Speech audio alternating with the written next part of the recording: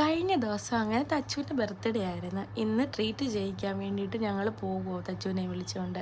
നേരെ ചെന്നത് പള്ളിമുക്കിനുള്ള പെനിയിലോട്ടാണ്. ഹോസ്പിറ്റലിൽ ആരുടെ ബർത്ത്ഡേ ആണെങ്കിലും ആരുടെ വെഡ്ഡിങ് ആനിവേഴ്സറി ആണെങ്കിലും എല്ലാത്തിനും ട്രീറ്റ് ചെയ്യിപ്പിക്കുന്നത് ദേ ഇവിടുന്ന് ഐസ് വാങ്ങിച്ചാണ്. ഒരുപാട് ഫ്ലേവറിലുള്ള ഐസൊക്കെ ഉണ്ട് ഇവിടെ. ഇതിൻ്റെ റേറ്റൊക്കെ ഇങ്ങനെയൊക്കെയാണ് വരുന്നത്. എല്ലാം നല്ല ടേസ്റ്റ് ആയതുകൊണ്ട് ഏത് വാങ്ങിക്കണമെന്നുള്ള കൺഫ്യൂഷനില്ല.